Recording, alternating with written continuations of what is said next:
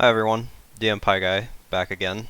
I wanted to make this video for a little while, but I don't really have anything to show you today, so I just decided to put my ugly mug here onto the screen, just in case any of you guys happen to not know what I looked like.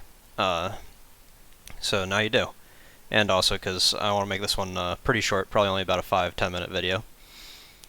So today I want to talk about how to deal with DM block, and more specifically some things that I do that will hopefully help you to not have any breaks in your content that you don't want to have.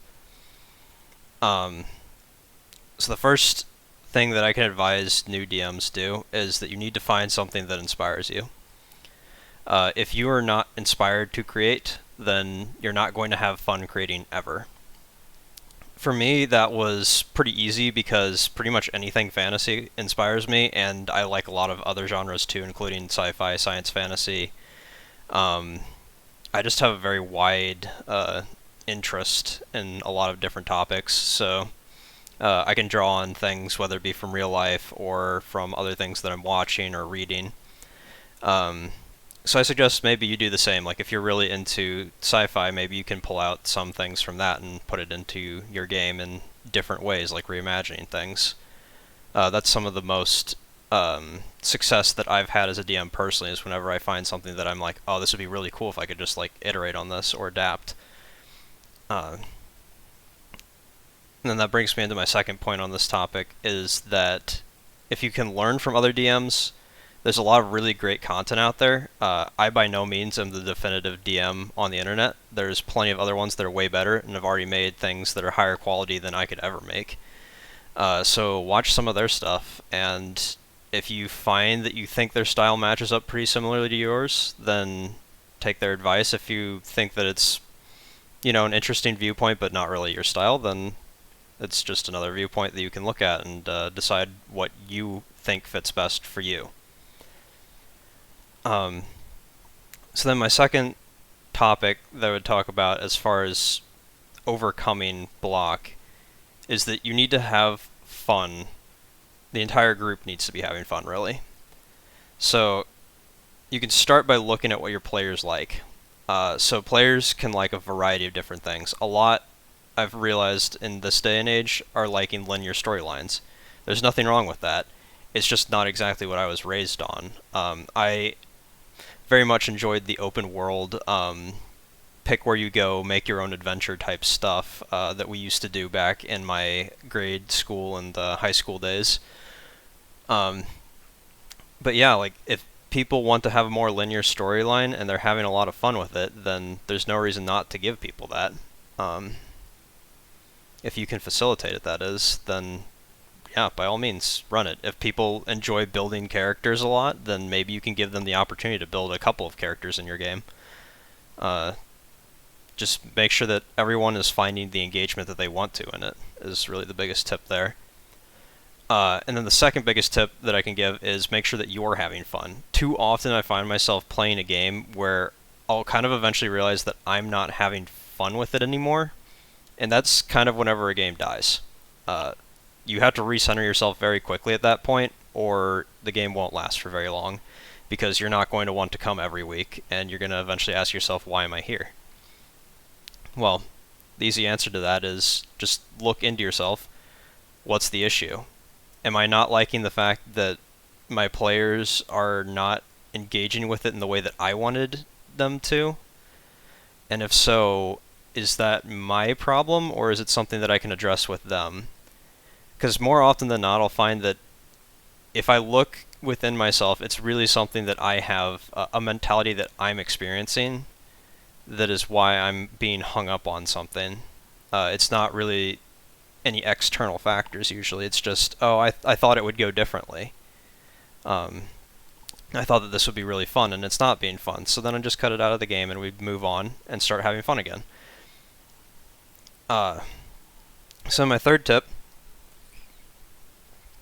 which this one really applies if you're having problems developing content that you find enjoyable, is play off your players.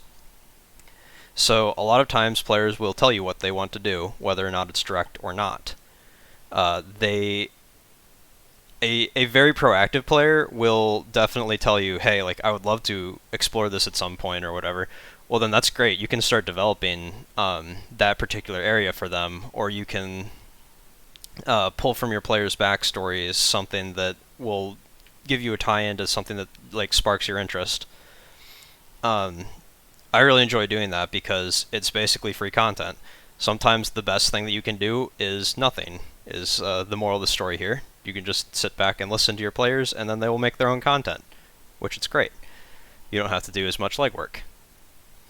And then the fourth point is whenever you get burnt out, because it's going to happen. I've been burnt out. Everyone who has DM'd for any extensive period of time has been burnt out. It can happen for so many reasons, and it could not even be related to the hobby at all. It could just be that work is stressful, you have too many priorities, life changes happen. It can really be anything. So the first step is to identify that burnout. So right now, I'm actually getting to the point where I am feeling burnt. I'm hoping that I can overcome it, and that's part of the reason why I wanted to make this video really quick. So once you start that feeling, realizing it is the first step in fighting it. Now the second step is you want to take probably a week off. You can't do this all the time, especially if you've already taken like multiple weeks off in succession. But just taking a single week off sometimes really, really has helped me. And what I do then is I'll basically shove the entire thought of the game aside for 1 week. And it might not even be the whole week. It might just be like a day or two over the weekend. And I won't even think about it. But then whenever I come back, I'm usually rejuvenated enough that I can start thinking about the game again. And it doesn't make me go, game day's in another 2 days, I gotta write. Another big thing that has personally helped me a ton is play in a game. So being a dungeon master is incredibly rewarding, but it is way more work than being a player. So if you have one game that you DM and one game that you play in, you then are getting to have both experiences, and it can really, really help you get a lot more enjoyment out of the hobby than just DMing 3 games in a row, like I do. So that was basically how I got introduced to this group in the first place of Laid Back D&D, is that I wanted to play in a game, and so I contacted John, and he said, hey, let's play a game. And then my last tip here is look at other media. So many times what will happen to me is I'll be wanting to sit down and write, and I just don't get anything done for an hour or two. That's whenever I know that it's pretty much time for me to either stop or kind of change my focus. Then what I'll do is I'll go and I'll watch a TV show or something. It's different depending on whatever I'm into at this point. Sometimes it'll be play a game, but usually what that'll do for me is that it'll start getting ideas flowing again. If you just let your mind kind of like just take your brain out for a little bit, or maybe engage it more depending on what you're watching, and then it just gives it a little bit of a break to where you can then get back with new, refreshed ideas on like a different viewpoint. Then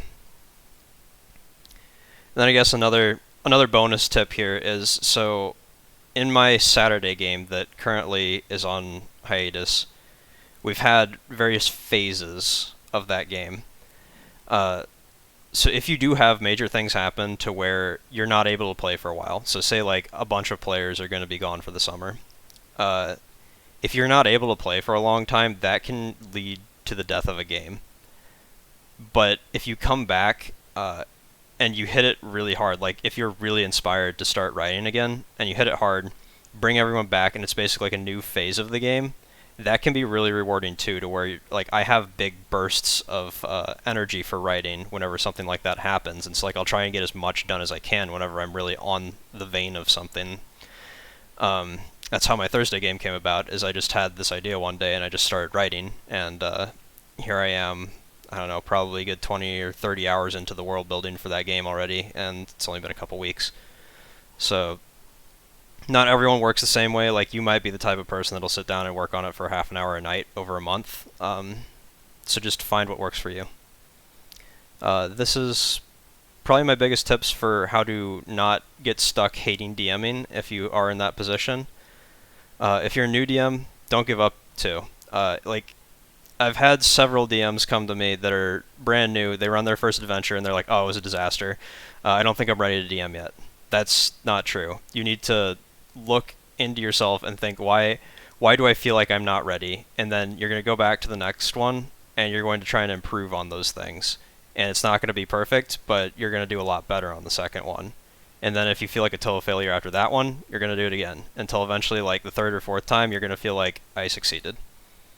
It's just how it works. None of your players are really going to blame you. If they do, then they're jerks.